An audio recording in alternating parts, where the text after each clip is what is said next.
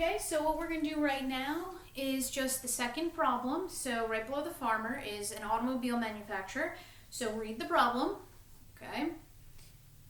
And why don't you go ahead and pause the video, read the problem. Then after you're done reading through, we can go through. So play the video after you're done reading it. And here we go. So, okay, we see that we're trying to maximize our profit again. So I would use your second skeleton. And for the problem, right, day 3, part 2 problems, automobile manufacturer, okay? We can see that this automobile manufacturer is making cars and trucks, and that's how they're going to make a profit, okay? So we know our variables. Oh, I don't know why this marker doesn't like working. So our variables are going to be T for the number of trucks and C for the number of cars. And our objective function has to do with profit. We're trying to maximize the profit. So I write max profit or just profit, okay? So this is going to be profit equals, and let's see, $500 per car and $700 per truck. So 700T plus 500C. Okay, after we get our objective, we want to move on to our constraints.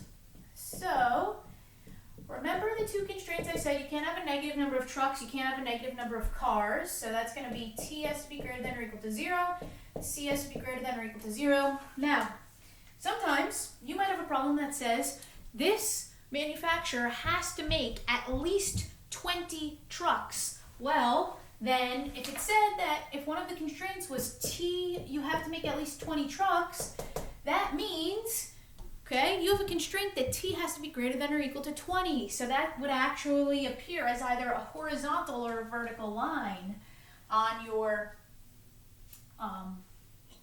coordinate plane.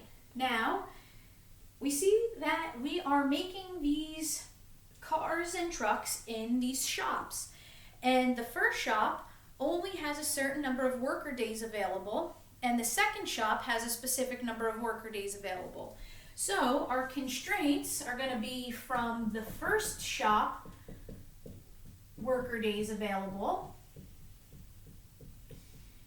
and the second shop worker days available. And so let's see. Trucks require 5 from the first shop and 2 cars, 2 worker days for cars. So we can't go over, the maximum amount of time we have for the first shop is 180. So that means for every truck, it takes 5 worker days, plus for every car, it takes 2. And it cannot exceed 180. And now let's do the second shop's worker days. Every truck takes, let's see, 3, and every car takes 3. So you have in total only 135 worker days available. So different things are happening at each of the shops, and there are no other constraints in this problem. Okay, so now we need to make our feasible region. So I'm just going to hold on to these constraints here. Okay. Oh, I put 3T twice. That wasn't supposed to be there. That's 3C. Okay, and so I'm going to erase this. And now we're moving on to graphing the feasible region. Remember, these 2 are just going to put you in quadrant 1. Okay, so moving on to the graph, I'm going to call this the t-axis. I'm going to call this the c-axis. So this is going to be number of trucks. All right, this is going to be number of cars. So T is the same as, if you don't like it in terms of other letters, T is X, C is Y.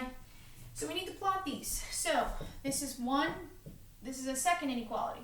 So for the first inequality, okay, how would you want to graph this to get this plotted? Standard form, intercepts. So the t-intercept and the c-intercept. So the t-intercept is going to be 5t plus 2 times 0 equals 180. Okay, so that's 5t equals 180. Divide by 5, and we get 36. Okay, so c-intercept, t is 0, so that's going to be 2c equals 180, so c equals 90. So remember, the coordinate points here would be t comma c. So that's going to be 36 comma 0 and 0 comma 90. Okay, so those are the intercepts for the first inequality or constraint.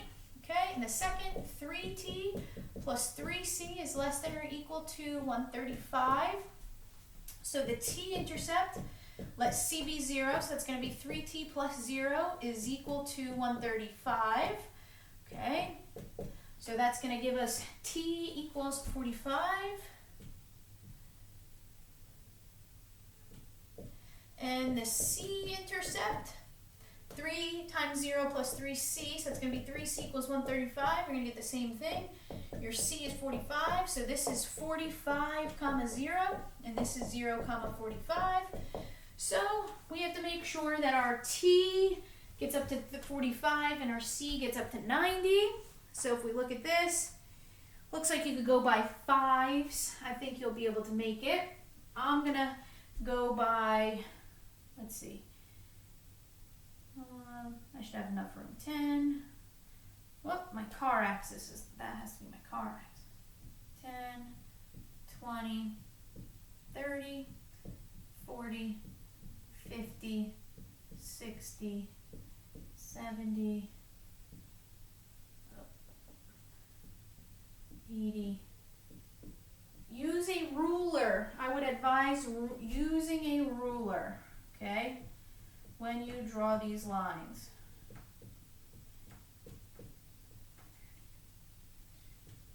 $35, $40, $45.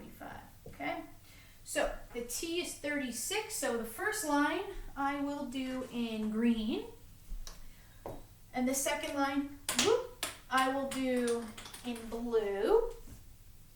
Oh, my marker's over there. Let me just grab my marker. Cap.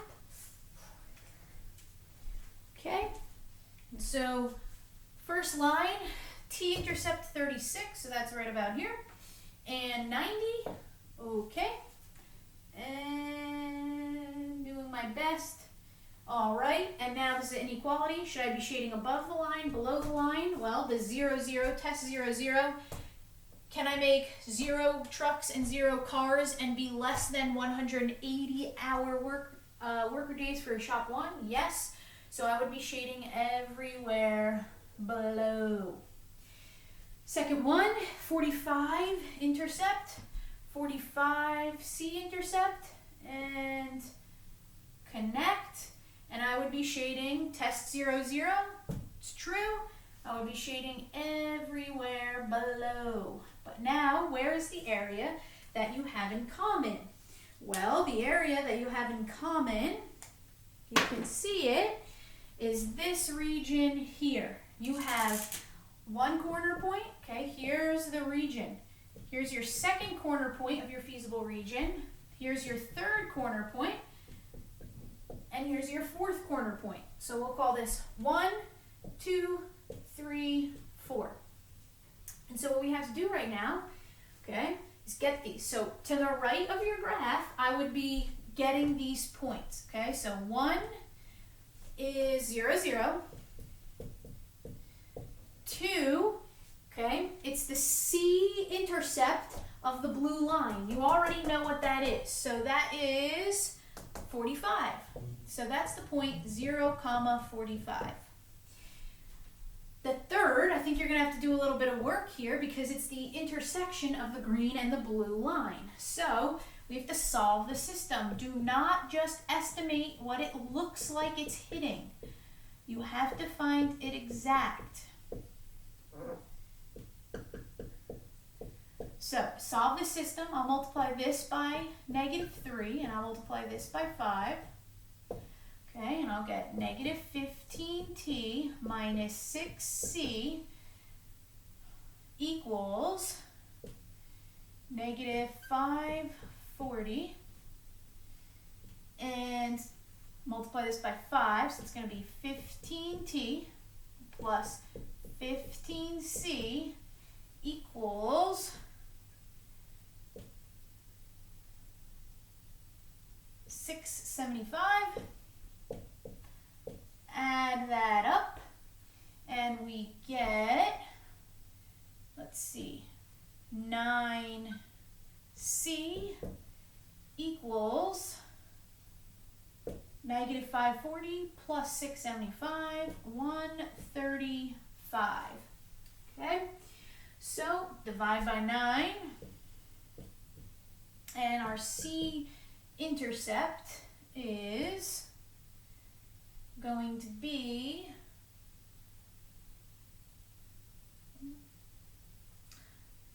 15, and so we plug in that to get t, so 3t plus 45 equals 135, okay, 3t equals 90, t equals 30. So it's the point, okay, C, I'm going to erase this, okay,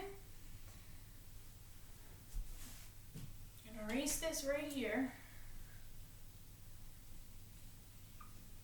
just so we have enough room. 3 is the corner point, 30, comma 15, okay, and now the fourth corner point is this intercept right here. It's the t-intercept of the green line, which was 36, comma 0.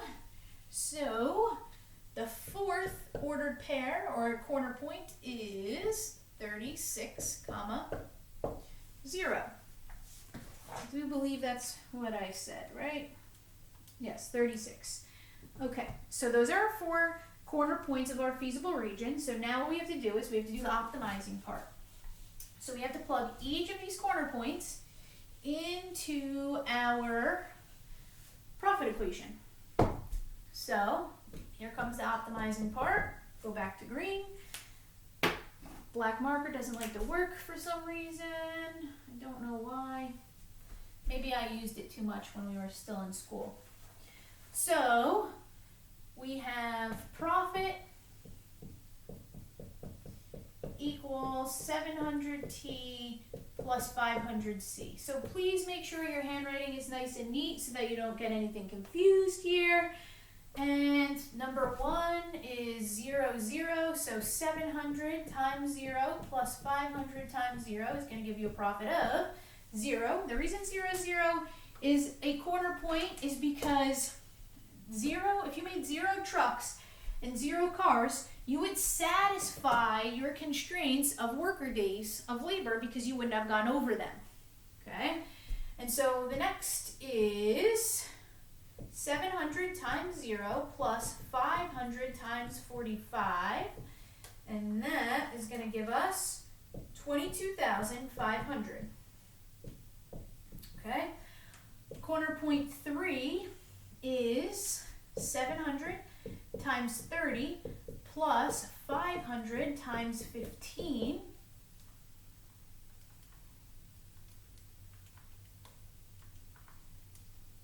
It's going to give us 28,500.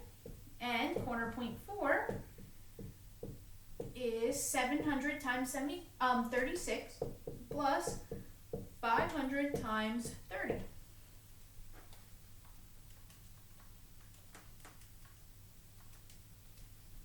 That gives us,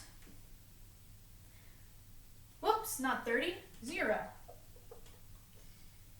Sorry, 36, comma 0. So let's do that again. 25,200, and we want to maximize profit, so which of these is the maximum? There it is. Corner point number 3, so now we just have to write a sentence. So the max profit will be 28,500